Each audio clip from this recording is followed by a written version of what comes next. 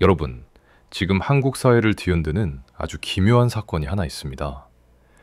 배우 조진웅, 그의 과거 소년범 전력 논란이 폭발하면서 여론이 크게 흔들리고 있는데요. 그런데 이 논란의 흐름이 예상과는 전혀 다른 방향으로 흘러가기 시작했습니다. 보통 이런 사건이 터지면 비판의 화살은 그 인물을 향하죠. 하지만 이번에는 전혀 다른 사람이 도마 위에 올랐습니다. 정작 고발당한 사람은 조진웅이 아니라 그의 소년범 전력을 최초 보도한 디스패치 기자 2명입니다. 도대체 어떻게 이런 일이 벌어진 걸까요? 왜 사실을 보도한 기자가 법적 책임을 지게 된 걸까요? 그리고 이 사건 뒤에는 한국 법체계와 언론의 자유를 뒤흔들 만한 거대한 문제가 숨어 있습니다. 지금부터 이 사건의 진짜 전말을 깊이 파헤쳐 보겠습니다. 먼저 사건의 핵심부터 정확히 짚어보겠습니다. 조진웅은 고등학생 시절 차량 절도와 성폭행 혐의로 소년원 생활을 했다는 의혹이 제기됐습니다. 또 성인이 된 이후에도 극단 단원 폭행, 음주운전 등의 전력이 드러나며 여론은 들끓었습니다. 논란이 걷잡을 수 없이 커지자 그는 결국 배우 은퇴를 선언했습니다. 한순간에 연예계에서 퇴장한 것이죠. 하지만 진짜 파장은 그 다음에 시작됐습니다. 이 소년범 전력을 최초로 보도한 디스패치 기자 우명이 소년법 위반 혐의로 고발된 것입니다. 고발인은 김경호 변호사. 그는 기자들이 소년법 제70조를 어겼다고 주장합니다. 그는 이렇게 말합니다. 온라인 캡처본을 보면 법원 내부 누군가가 정보를 빼는 정황이 보인다. 기자가 이를 이용했다면 이는 취재가 아니라 범죄행위다. 이 말 한마디는 이번 사건의 방향을 완전히 바꿔놓았습니다. 이제 논점은 조진웅의 과거가 사실인가가 아니라 그 정보는 어떤 경로로 흘러나왔는가로 이동하게 된 겁니다. 여기서 핵심 법률이 등장합니다. 바로 소년법 제70조. 이 조항은 매우 강력합니다. 소년 보호 사건 기록은 재판, 수사, 군사 목적이 아닌 이상 어떤 경우에도 외부 제공 불가. 왜 이렇게까지 보호할까요? 소년법의 목적은 처벌이 아니라 교화입니다.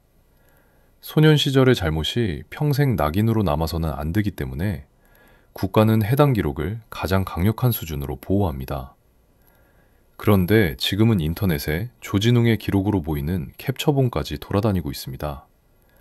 이건 단순한 유출이 아니라 내부 자료가 외부로 흘러나갔다는 의미입니다.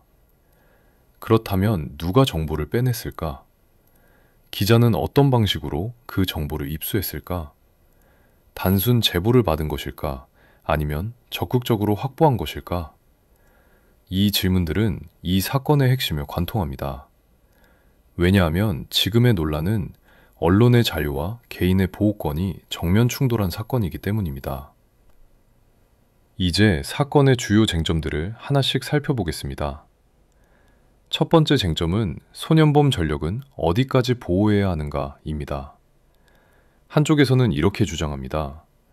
소년법은 제4회화를 위한 법이다. 기록을 보도하는 순간 이미 위법이다. 반대쪽의 시각은 다릅니다. 사회적 영향력이 큰 인물의 과거를 검증하는 건 언론의 의무다. 이 두 입장은 단순한 의견 차이가 아니라 한국 사회가 어떤 기준을 선택할 것인가 라는 질문입니다. 유명인도 보호받아야 하는가? 공직자도 소년기 범죄는 숨겨도 되는가? 혹은 국민의 알 권리가 우선인가? 이 문제는 단순 연예계 논란이 아니라 사회적 철학의 문제입니다. 두 번째 쟁점은 정보 유출 경로입니다. 소년범 기록은 그 어떤 기록보다도 강력하게 보호되는데 그 정보가 어떻게 인터넷까지 흘러나왔을까요? 현재 가능한 시나리오는 크게 세 가지입니다. 1. 법원 내부부 관계자의 불법 유출. 2. 외부 해킹 또는 시스템 접근. 3. 관리체계 자체의 허점. 어느 쪽도 매우 심각한 사안입니다. 특히 내부 유출이라면 관리 부실 문제가 국가적 논란으로 번질 수 있습니다. 세 번째는 정치적 파장입니다. 조진웅 논란 직후 나경원 의원은 고위 공직자의 소년기 흉악범죄 전력을 국가가 확인할 수 있는 법안을 발표했습니다. 대상은 대통령, 국회의원, 광역단체장 같은 선출직 공직자 전체입니다.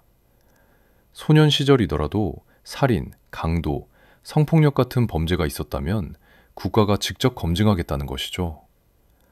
이 법안은 강한 찬성과 강한 반대를 동시에 불러옵니다. 고위 공직자는 더 높은 도덕성을 요구받는다.